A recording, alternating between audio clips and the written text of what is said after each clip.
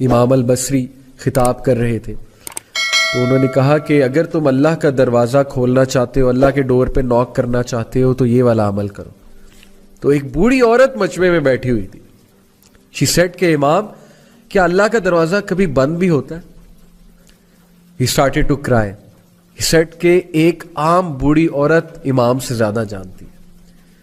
Imagine, ایک بوڑھی عورت نے انہیں کریکٹ کیا، سمپل سی وہ میں نے کہ اللہ کا دروازہ کبھی بند بھی ہوتا ہے، تو پلیز گناہ کر کے اللہ کے پاس جائیں. یہ مومنین کی خاص خصلت بتائی اللہ نے کہ every son of Adam commit sin but the best are those who repent.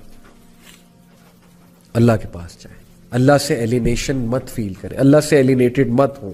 لیکن اگر گناہ کرتے رہیں گے تو وہ فیلنگ نیچرل ہے، وہ آ جائے گی، سینس آف ایلینیشن آ جائے گی.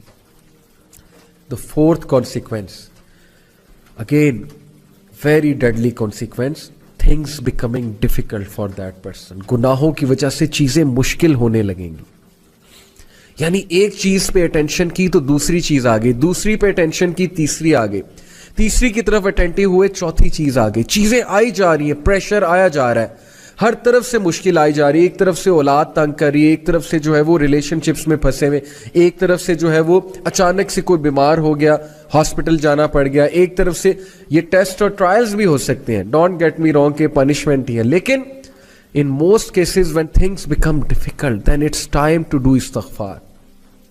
کیسے، کتنا یہ ہمارے ساتھ زیادہ ہوتا ہے، ایک طرف سے پرابلم آئی وہ حل ہوئی، دوسری طرف سے آ گئی، ابھی وہ ہو رہی تھی تیسری طرف سے آ گئی. اٹس ٹائم یو ڈو سجدہ، you submit to Allah, you say یا اللہ، یا اللہ بس، یا میرے رب مجھے معاف کر دے، یا میرے رب مجھے راہ دکھا دے، یا میرے رب things have become difficult for me, life has become constructed for me, یا اللہ بکھر گیا ہوں سمیٹ دے، یا اللہ تنگ آ گیا ہوں بس، یا اللہ گناہوں میں پڑا ہوا ہوں نکال لے، یا رب نکال لے.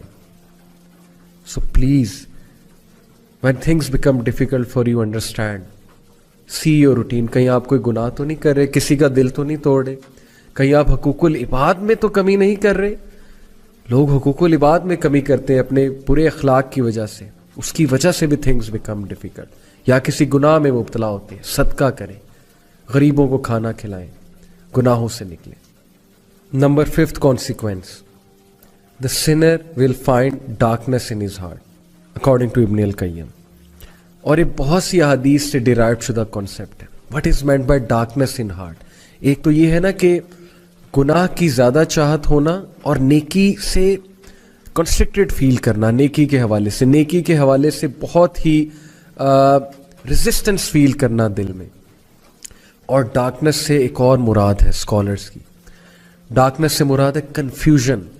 جو بندہ گناہوں میں مبتلا ہوتا ہے نا، اس کی کنفیوز اسٹیٹ ہوتی ہے. یو مسٹ ہیو سین، آپ اس سے بات کریں، یو ول ریئلائز کہ پتہ نہیں وہ کیا بات کر رہا ہے. ہی از آل کنفیوزڈ اور شی از آل کنفیوزڈ.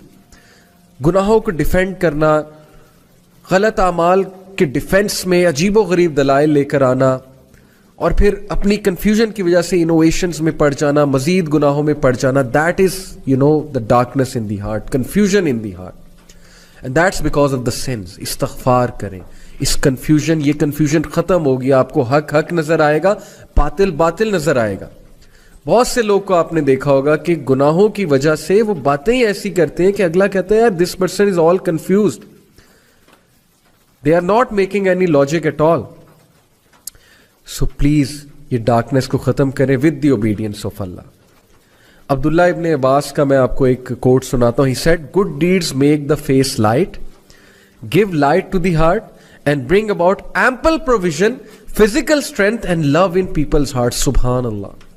اچھے اعمال، نیکی کے کیا کیا فائدے ہیں سن لیں. Number 1، make the face light. آپ کا چہرہ کھلا کھلا ہوگا، کانفیڈنس نظر آئے گا، سیلف اسٹیم نظر آئے گی آپ کے چہرے پہ، آپ کی باڈی لینگویج ہی چینج ہو جائے گی نیکی والے اعمال سے. آپ کا چہرہ، اس پہ ایک الگ ہی روشنی نظر آ رہی ہوگی، ایک الگ ہی کانفیڈنس نظر آ رہا ہوگا. And second benefit, gives light to the heart. good deeds give light to the heart. دل میں روشنی آئے گی، لائٹ آئے گی. دل اچھا ہے تو زبان اچھی ہے. Because your tongue is the mirror of the heart. جب تک زبان سخت ہے، زبان سے